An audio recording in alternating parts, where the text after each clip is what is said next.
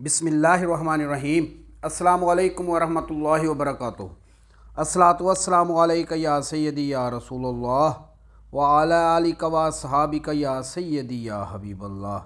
ناظرین و سامعین، حضرت سلطان باہو قدس سرہ العزیز کی کتاب حجت الاسرار کے پارٹ نمبر 8 کے ساتھ حاضر خدمت ہوں۔ آپ قدس سرہ العزیز فرماتے ہیں، فرشتہ گرچہ دارد قرب درگاہ، نہ گجند در مقام لی اما اللہ۔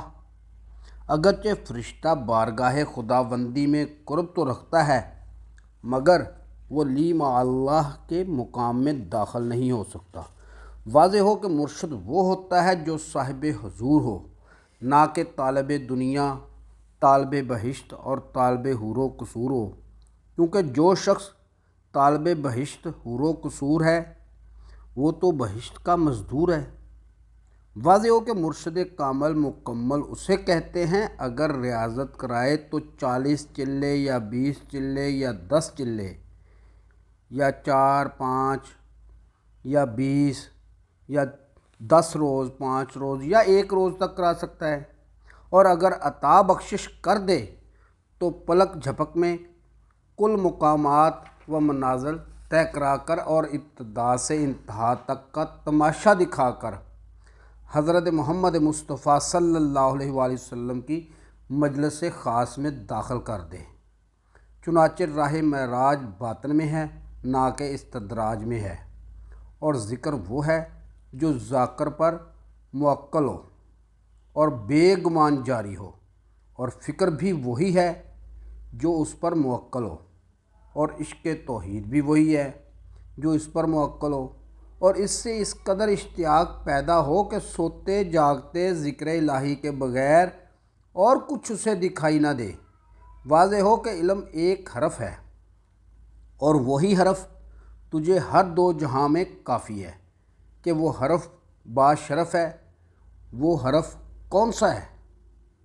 بس وہ ایک حرف اسم اللہ ذات یعنی اللہ کا نام ہے، جس کے علاوہ کسی اور چیز کو اختیار کرنا مطلق حرام ہے۔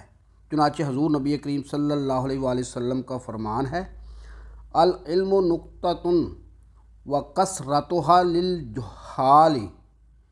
علم تو ایک نقطہ، ایک راز ہے، اور اس کی کثرت جاہلوں کے لیے ہے۔ علم باعمال چاہیے، نہ کہ علم وبال، اور علم کمال چاہیے، نہ کہ علم جہال، اور علم وصال چاہیے، نہ کہ علم بدخصال۔ آپ قدس سرہ العزیز فرماتے ہیں، باہو علم صرف و نحو خوانی یا علم فقہ و اصول، این ہما جہل است و غفلت جز خدا کردن حصول۔ اے باہو، علم صرف و نحو کا پڑھنا یا علم فقہ و اصول کا پڑھنا سب کا سب جہالت و غفلت ہے۔ خدا کی ذات کے حصول کے علاوہ سب فضول ہے۔ واضح ہو کہ فقیر کو حق تعالیٰ کی طرف سے علم حاصل ہوتا ہے، جیسا کہ حضرت آدم علیہ السلام کے بارے میں فرمان خدا ہے، پارہ نمبر 1 سورۃ البقرہ آیت نمبر 31 میں اللہ تعالیٰ کی ذات ارشاد فرماتی ہے، وَعَلَّمَ آدَمَ الْأَسْمَاءَ كُلَّهَا۔ آدم کو ان سب کے اسماء کا علم سکھایا، اور حضور نبی کریم صلی اللہ علیہ وآلہ وسلم کا بھی فرمان ہے، ادبنی ربی، کہ مجھے میرے رب نے خود علم سکھایا۔ اس سے معلوم ہو گیا کہ حضرت آدم علیہ السلام اور حضرت پیغمبر صاحب صلی اللہ علیہ وآلہ وسلم کو حق تعالیٰ سے علم حاصل ہوا، اور یہ بڑی تکریم کی بات ہے۔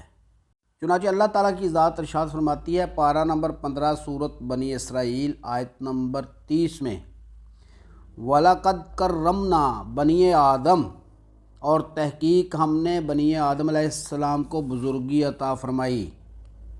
عام لوگوں سے خبردار رہ جن کے بارے میں حق تعالیٰ کا ارشاد ہے، پارہ نمبر 23 سورۃ یاسین آیت نمبر 30، فرماتے ہیں، ما یاتیہم من رسول الا کانوا بہ یستہزئون۔ ان کے پاس کوئی رسول نہیں آیا کہ جس سے وہ ٹھٹھا اور استہزاء یعنی مذاق نہ کرتے اور لوگوں کے اعذار سے پریشان نہ ہو۔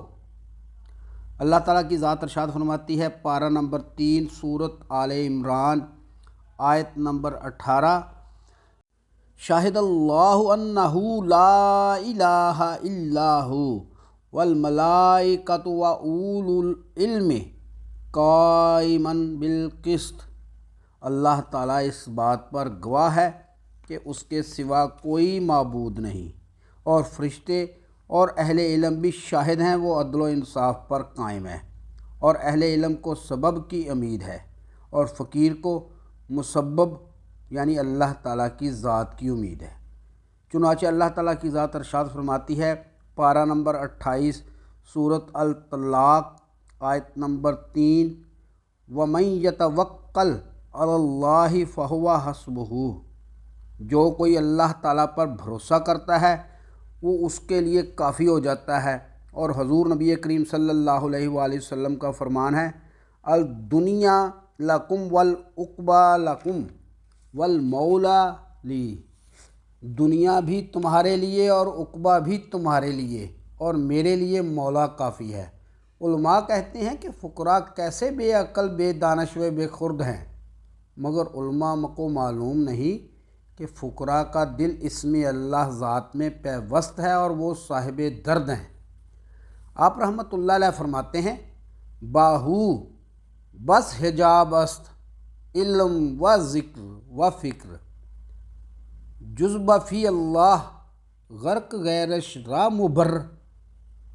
اے باہو، علم، ذکر اور فکر سب حجاب ہے، لہذا فی اللہ استغراق کے علاوہ دیگر تمام راہیں غیر ہیں، ان پر نہ چلنا۔ آپ رحمۃ اللہ علیہ فرماتے ہیں کہ جب تک عاشق واصل باللہ کو علم، ذکر، فکر، کل مقامات اور کشف و کرامات سب کچھ بھول نہ جائے، اسے حق حاصل نہیں ہوتا۔ اور حضرت شیخ محی الدین سید عبد القادر جیلانی قدس سرہ العزیز کا فرمان ہے، وَمَنْ أَرَادَ الْعِبَادَةَ بَعْدَ الْحُصُولِ الْوُصُولِ فَقَدْ كَفَرَ وَأَشْرَكَ بِاللَّهِ تَعَالَىٰ۔ جو شخص وصال حقیقی حاصل ہونے کے بعد عبادت کا ارادہ کرے، پس بے شک اس سے اپنے مالک حقیقی کے ساتھ کفر کیا اور شرک کیا۔ اور حق تعالیٰ کا فرمان ہے، پارہ نمبر 14 سورۃ النحل آیت نمبر 99، وَاعْبُدْ رَبَّكَ حَتَّىٰ يَأْتِيَكَ الْیقین، اور اپنے رب کی اتنی عبادت کرو کہ یقین کی انتہائی منزل پر فائز ہو جاؤ۔ بلکہ حضوری بھی سراسر حجاب ہے، اور قرب بھی سراسر عذاب ہے، جب تک کہ فنا فی اللہ نہ ہو جائے، یعنی توحید میں غرق نہ ہو جائے، اور اس مقام میں مشاہدہ مجاہدہ ہو جاتا ہے، اور مجاہدہ مشاہدہ ہو جاتا ہے۔ واضح ہو کہ مراقبہ اسے کہتے ہیں جب آنکھیں بند کر کے مراقبہ میں جائے تو جس مقام پر بھی چاہے اپنے آپ کو اس جگہ پائے اور ظاہری و باطنی آنکھ سے معائنہ کر سکے۔ جو شخص مراقبہ میں یہ احوال نہیں رکھتا، اس کا مراقبہ درست نہیں، بلکہ اس کا آنکھیں بند کرنا ایسا ہے کہ جیسے بلی چوہا مارنے کے لیے آنکھیں بند کرتی ہے، یعنی مکر ہے۔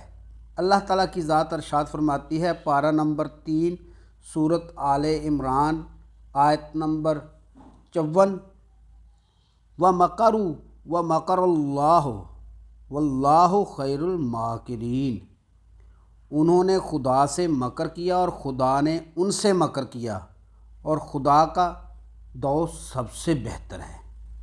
مراقبہ اسے کہتے ہیں جو طالب اللہ کو حضرت پیغمبر صاحب صلی اللہ علیہ وآلہ وسلم کے شرف حضور میں پہنچا دے یا اسے وحدانیت میں غرق کر دے۔ ناظرین و سامعین، امید ہے کہ آپ کو آج کی ویڈیو پسند آئی ہوگی۔ آئندہ ملیں گے انشاءاللہ اسی کتاب کے پارٹ نمبر 9 کے ساتھ۔ اس وقت تک اپنا خیال رکھیے گا۔ اپنے میزبان خالد قمر کو اجازت دیجیے۔ اللہ حافظ۔